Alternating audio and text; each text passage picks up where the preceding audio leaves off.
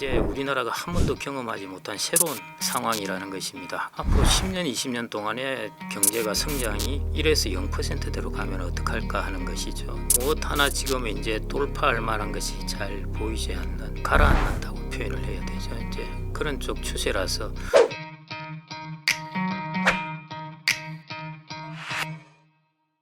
한국 경제 상황도 사실 좋지는 않은데요. 뭐 IMF 때도 겪어보지 못한 새로운 위기에 뭐 직면할 것이다 이런 우려도 있고, 그럼 이제 저성장 국면에 접어들었다는 이런 둔화 흐름을 저희가 어떤 지표에서 좀 확인해 볼 수 있을까요? 자꾸 이제 IMF가 다시 온다 이야기를 많이 하는데요.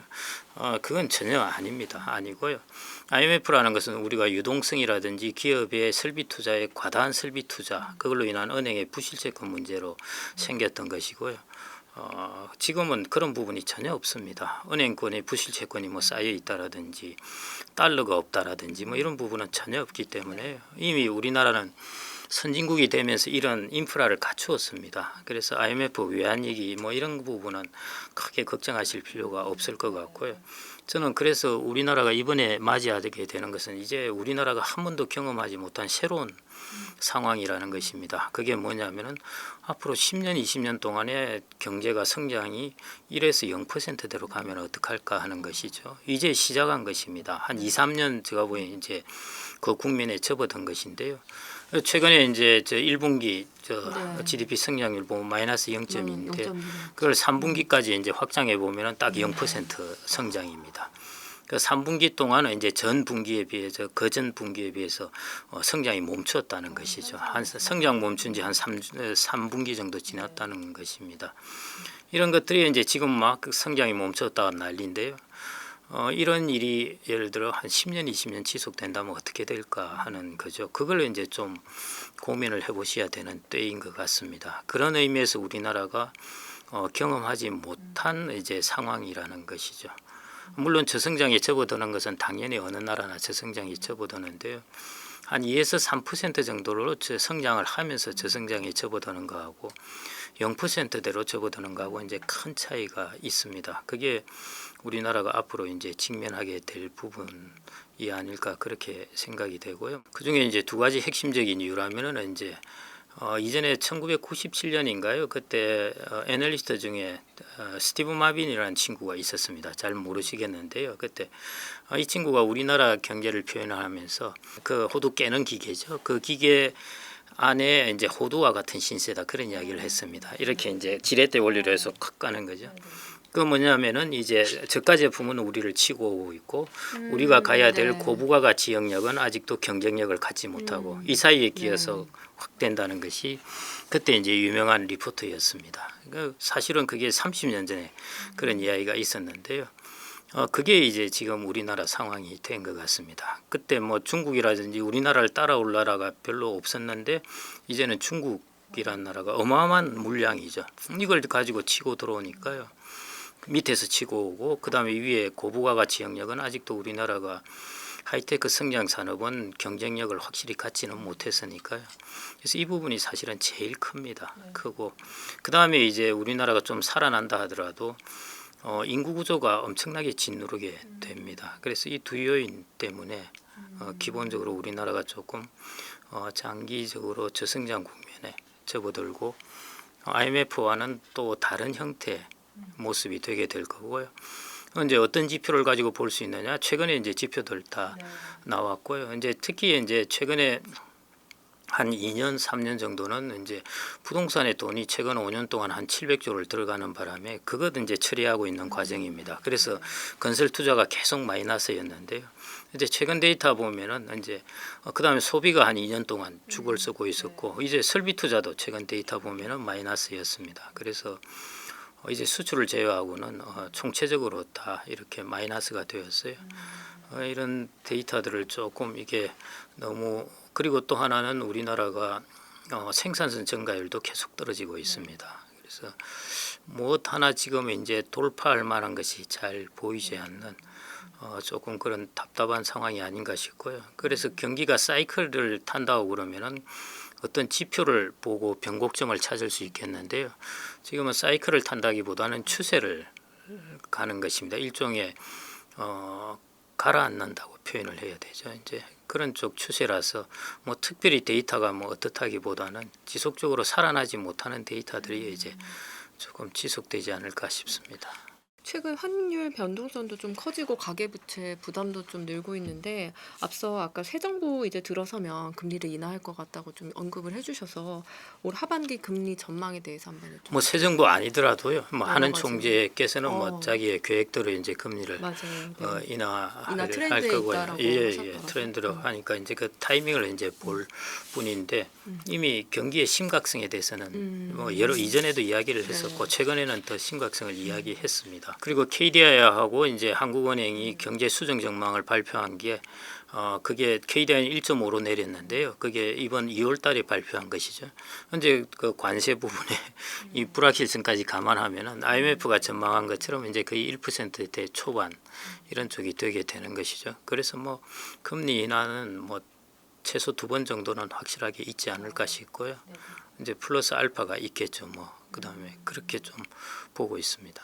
아까 앞서 이제 1분기 성장률 이야기를 한번 했었는데 마이너스 0.2%가 나왔잖아요. 예상보다도 이렇게 경제가 더 부진했던 결정적인 요인을 박사님 어떻게 보고 계실까요? 1분기에 악재가 많았죠. 작년 12월에 이제 계엄하고 탄핵 정국에 들어서는 거 그게 충격이 꽤 컸습니다.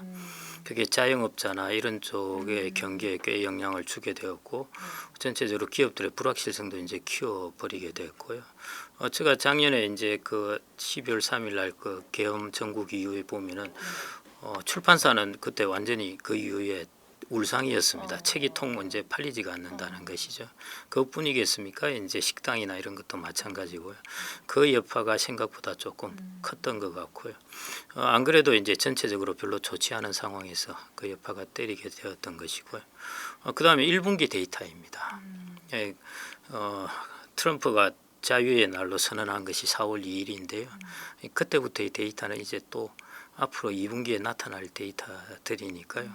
그러니까 트럼프가 관세 전쟁을 벌이기 전에 우리나라는 이미 마이너스 분기대 물론 분기니까 계절성을 따져야 되는 것이고요. 그냥 여하튼 그래도 3분기를 쭉 연속해서 본다면은 우리가 3분기 동안에 성장이 0%였다는 것이기 때문에 트럼프의 관세 전쟁 이전에 우리나라는 이미 그런 상황에 접어들었다는 것입니다.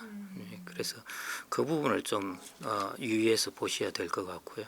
이제 관세 전쟁 이후에는 아무래도 우리나라는 뭐 그래서 IMF도 올해 내년 보면은 우리나라 성장률을 애초에 전망했던 것보다 좀 낮췄지 않습니까? 예, 그래서 그런 부분은 계속 우리나라 성장률에 플러스 될 리는 없을 것 같습니다. 또 최근에 여전히 또 똘똘한 한 채에 대한 선호가 좀 강해지고 있는데요. 부동산이 가장 안정적이고 수익성이 높은 투자 수단으로 앞으로도 좀 유효할 것으로 보시는지. 이제 양극화라는 말을 떠나서 언론에 드디어 보니까 초양극화라는 이제 단어가 떠올랐던데요. 저는 초양극화가 맞을 것 같습니다. 특히 이제 지방 지역하고 뭐 그런 지역을 비교하면 정말 초양극화가 이루어질 것 같고요. 저는 이제 뭐 부동산도 PIR 계산하고 뭐 우리나라 소득 대비해서 이런 계산하는데 그것만 가지고는 우리나라의 부동산을 설명하기 사실은 어렵습니다. 우리나라는 일본이 선진국 중에서 도시 집중률이 거의 탑에 속하는데 우리나라는 거기보다 또 훨씬 도시 집중률이 높기 때문에요. 이런 번잡 비용 때문에 또 생길 수 있는 주택의 가격은 또 다릅니다. 예를 들어 우리나라는 교육도 들어가 있죠.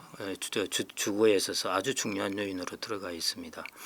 그다음에 김포나 이런 지역에서 아시겠지만은 김포뿐만 아니라 다른 쪽도 마찬가지인데요. 서울 지역으로 한번 출퇴근을 하려면은 우리가 지불해야 되는 비용도 너무 크죠. 사실은 그런 것들이 이제 도시 집중에 따른 코스트인데요. 이런 것들을 이제 다 감안해서 교육도 특히 큰 분야이고. 그래서 이제 집값을 계산해야 사실은 맞는 것이고 PIR만 가지고는 좀 이제 그런 부분이 있습니다. 그래서 이제 그런 것들을 감안해 본다면은 저는 이제 이렇게 표현을 하는데요. 제가 주택 전문가는 아닌데 1에서 10까지의 주택의 이제 클래스가 있다고 하면은 10이 이제 제일 높습니다.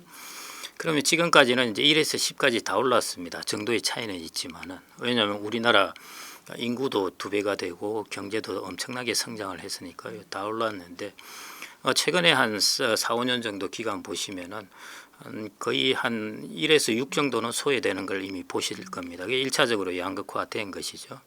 그전에는 지방하고 서울의 양극화인데요. 그것도 그렇게 큰 양극화는 아니었어요. 여러분들 아파트 가격 지수 보시면은 2000년대 지방이 올랐다가 서울이 떨어지고 뭐 이러면서 왔다 갔다 하면서 올랐는데요. 어느 순간부터 이제 이게 완전히 서로 다이버전스 하게 되었습니다. 그 다음에 이제 또 하나 코로나19가 이제 끝나고 나서 일어난 현상이 강북, 강남 중에서도 또 차이가 나고 특히 이제 강북, 강남은 차이가 많이 나게 수도권 내에서도 이제 차이가 나거든요. 그 말은 뭐냐면은 이제 1에서 6 정도의 클래스는 이미 양극화가 되었고 8, 9는 여전히 아직도 가격이 오릅니다. 10은 당연히 오르고요. 근데 저는 이제 제일 주의해야 될 것이 이 8, 9에 속하는 주택이 아닌가. 10은 여전할 것 같은데요. 그거는 뭐 다른 목적으로도 당연히 그런 지역은 있을 수밖에 없을 것 같은데 그러지 않으면서 좀 고가로 있는 곳 이런 곳들이 이제 우리나라가 앞으로 가구 수도 이제 많이 줄어들게 될 거고요. 그다음에 고령화되게 되고 뭐 이렇게 되면은 저는 그런 부분 사는 것들이 이제 좀 조심해야 되지 않을까. 우리나라가 코로나19 전에는 한 7, 6 정도에 해당되는 것, 7 정도 해당되는 것 샀다가 한번 당했고 지금 확 떨어졌고요. 8, 9는 여전합니다. 또 역시 오르고 그러는데요. 이게 그다음에 이제 타자가 아닐까 이렇게 보고 10에 속하는 것은 뭐 우리나라의 경제가 이 정도 규모인데요. 아무리 그러더라도 그 정도의 소득이나 자산은 있는 층은 항상 있기 마련이고 그 계층들이 있고 싶어하는 지역은 당연히 있기 마련이니까요. 뭐 그것은 유지되지 않을까 싶습니다. 우리나라 주식시장의 PER, 주가 수익 비율이 주요국 이제 대비 낮다. 뭐 PBR도 마찬가지고요. 그래서 사실 코리아 디스카운트 해소를 위해서 뭐 작년에 정부도 막 나서고 이랬었는데 한국 증시가 이렇게 좀 저평가돼 있는 뭐 이유 무엇이고 좀 해소할 해법 어떻게 생각하고 계신지 궁금합니다. 우리나라 이제 퇴직연금이나 이런 것들이 수익률이 안 좋은 이유 중에 하나가 국내 주식을 담고 있어도 수익이 안 나니까요. 예를 들어 작년에 이제 국민연금이 이제 15.4인가요? 하여튼 높은 수익률을 보였는데 그거 보면은 결국 해외 주식에서 이제 수익이 다 났습니다. 우리나라 주식은 작년에 마이너스 0.87인가 국민연금이 그 정도였거든요. 그러니까 우리나라는 사람들이 우리나라 주식을 퇴직연금에 담고 있으니까 수익이 안 나는 거예요. 그러니까 우리나라 주식을 담고 있으면서 수익을 날 수 있는 환경을 당연히 만들어줘야 되는데 우리나라 기업은 성장하는데 도대체 왜 이제 이런 일이 발생할까 하는 것이죠. 사실은 이제 답답합니다. 그래서 이제 크게 이제 두 가지 요인입니다. 제일 첫 번째가 이제 소위 말해 지배 구조라는 것인데요. 당연히 그 요인은 있을 겁니다. 당연히 있을 텐데요. 저는 그걸 고친다고 해서 우리나라가 이제 모든 것이 해결됐다. 우리나라 주식시장은 저는 전혀 그렇지는 않다고 보고 있고요. PER이 무엇입니까? 이제 E가 earning인데요. earning은 이러나 저러나 과거의 데이터입니다. 미래의 데이터를 아무리 forward earning을 한다고 그러더라도 우리가 그 미래 데이터를 이제 알 수는 없는 것이고요. 대부분 과거의 데이터가 다 이제 이렇게 그 외삽적으로 연결돼서 이루어지는 것인데 그렇게 본다면은 earning은 이제 과거입니다. 그다음에 price 지금 현재 가격은 미래를 보고 시장에서 사람들이 결정을 한 것이죠. 그러면은 퍼가 낮다는 것은 현재 과거에 이루어놓은 earning에 비해서 미래의 전망이 밝지 못하다는 것입니다. 그래서 저는 그게 지배구조의 문제도 당연히 들어가 있을 텐데 그걸 어느 정도 해결한다고 그러더라도 결국 가장 중요한 것은 우리나라가 지금 이제 산업이 확 변하고 있지 않습니까? 90년대, 2000년대까지는 우리가 그 산업의 변화를 따라잡았습니다. 그래서 우리나라가 IMF 외환위기를 겪었지만은 주가가 한 단계 점프를 했었죠. 주식시장은 정직합니다. 지배구조의 문제가 있긴 했겠지만은 우리나라가 그때 네이버, 카카오 뭐 등등에서 디지털 분야에서 그래서 IT 분야에서 많이 성장을 하고 한 것 그리고 시총 12기업들이 거의 다 바뀌었잖아요. 우리나라 주가가 올랐습니다. 그런데 오케이 여기까지는 올랐는데 앞으로 어떻게 할 거냐는 것이죠. 여러분들 가만 생각해 보시면은 안 보이는 것입니다. 그러니까 주가가 이렇게 되어 있는 것이죠.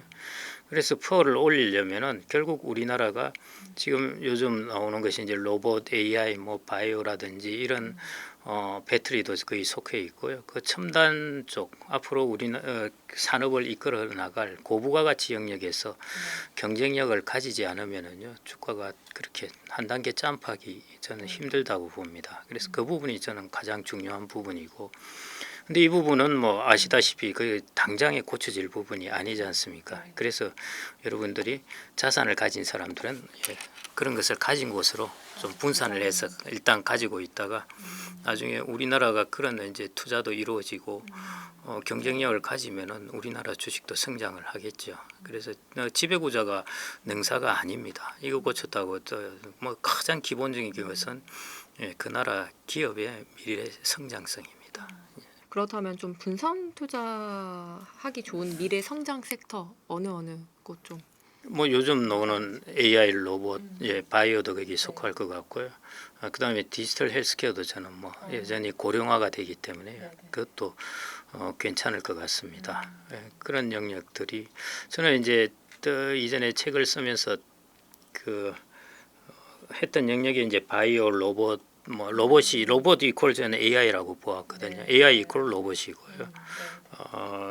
이런 것들이 이제 성장을 할 거라고 보는데 로봇은 생각보다 빨리 성장했습니다. 저는 이렇게까지 빨리 급작스럽게 성장을 할지 몰랐는데 AI가 성장을 하면서 로봇도 일본이 이전부터 로봇을 많이 만들었어요. 특히 90년대 초반부터 해가지고요 반려 로봇도 만들고 했는데 지금까지 그거 두뇌에 해당되는 AI가 없다 보니까 장난감처럼 거의 되다가 최근에 이제 로봇이 급작스럽게 AI 성장과 더불어서 이제 성장하게 되고요. 그래서 어제도 이제 사람들과 이야기하다 그런 농담을 했는데 이제 과거에는 우리가 그때 유명했던 광고 카피 중에 하나가 여보 아버님 댁에 보일러 하나 넣어드려야 되겠습니다. 그런데 앞으로는 이제 여보 어머님 댁에 로봇 하나 놓아드려야 되겠어요. 그게 어머님으로 바뀐 이유가 이제 여자들이 오래 살다 보니까 혼자 있다 보니까 이제 반려 로봇이 필요합니다. 그래서 로봇, AI, 그 다음에 디지털 헬스케어, 그 다음에 바이오, 뷰티도 그쪽 그런 쪽에 들어가지 않을까 그렇게 봅니다. 투자 상담 자격을 갖춘 MTNW 소속 어드바이저가 카카오톡 오픈 채팅에서 명쾌하게 종목을 무료로 상담해 드립니다. 이제 QR로 바로 참여하세요.